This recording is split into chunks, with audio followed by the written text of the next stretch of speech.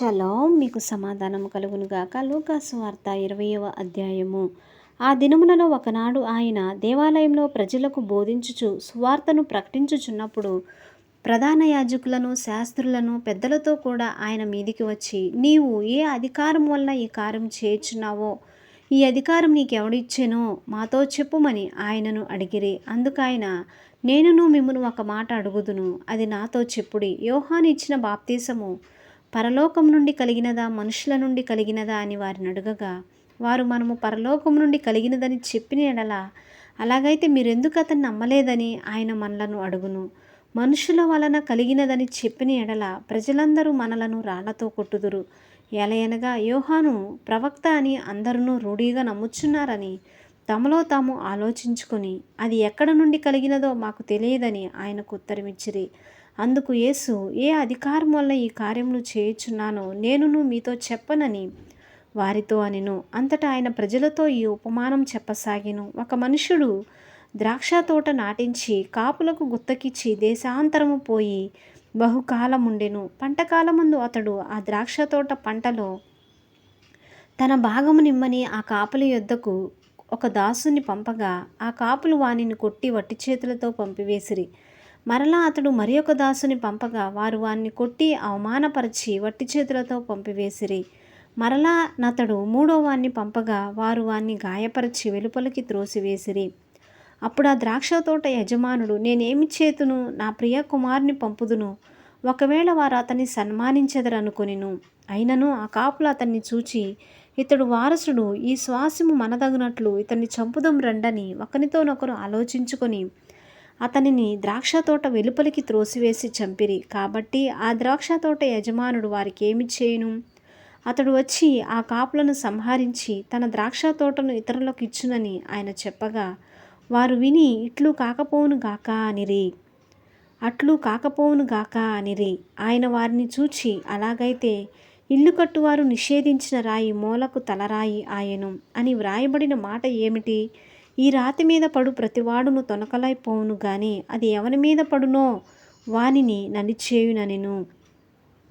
ప్రధాన యాజకులను శాస్త్రులను తమ్మును గూర్చి ఈ ఉపమానము ఆయన చెప్పెనని గ్రహించి ఆ గడియలోనే ఆయనను బలాత్కారముగా పట్టుకొన సమయము చూచిరి గాని జనులకు భయపడిరి. వారాయనను కనిపెట్టుచు అధిపతి వశమునకును అధికారమునకును ఆయనను అప్పగించుటకై ఆయన మాట యందు తప్పు పట్టవలెనని తాము నీతిమంతులమని అనిపించుకొను వేగుల వారిని ఆయన యొద్దకు పంపిరి. వారి వచ్చి, బోధకుడా, నీవు న్యాయముగా మాట్లాడుచు బోధించుచు నున్నావు.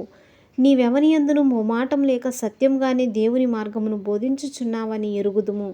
మనము కైసరుకు పన్నిచ్చుట న్యాయమా కాదా అని ఆయన అడిగిరి. ఆయన వారి కుయుక్తిని గుర్తెరిగి, ఒక దేనారము నాకు చూపుడి, దీని మీద రూపమును పైవ్రాతయు ఎవనివని అడుగగా, వారు కైసరువనిరి. అందుకైన, అలాగైతే కైసరువి కైసరునకును దేవునివి దేవునికి చెల్లించుడని వారితో చెప్పెను. వారు ప్రజలు ఎదుట ఈ మాటలో తప్పు పట్టనేరక ఆయన ప్రత్యుత్తరమునకు ఆశ్చర్యపరి ఊరకుండిరి.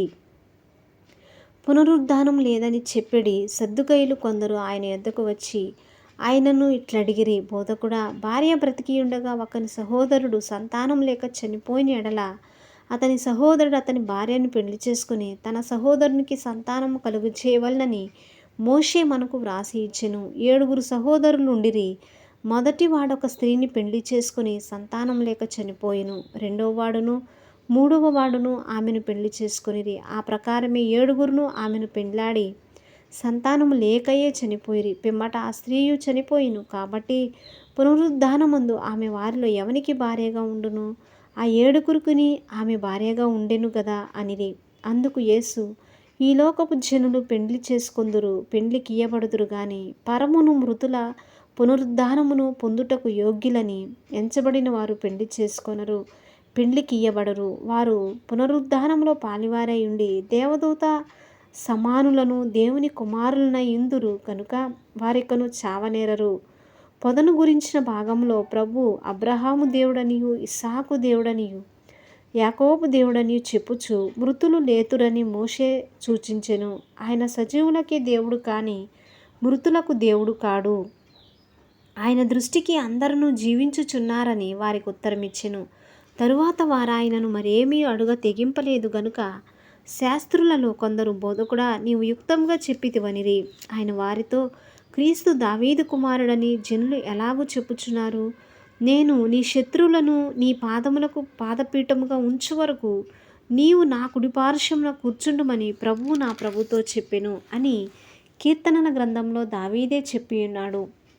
దావీదు ఆయనను ప్రభువని చెప్పిన ఎడల ఆయన ఎలాగో అతని కుమారుడగునని చెప్పెను. ప్రజలందరూ వినుచుండగా ఆయన ఇట్లనెను, శాస్త్రులను గూర్చి జాగ్రత్త పడుడి. వారు నిలువుటంగీలు ధరించుకొని తిరుగగోరుచు సంత వీధులలో వందనములను, సమాజ మందిరములలో అగ్రపీఠములను, విందులలో అగ్రస్థానములను కోరుదురు.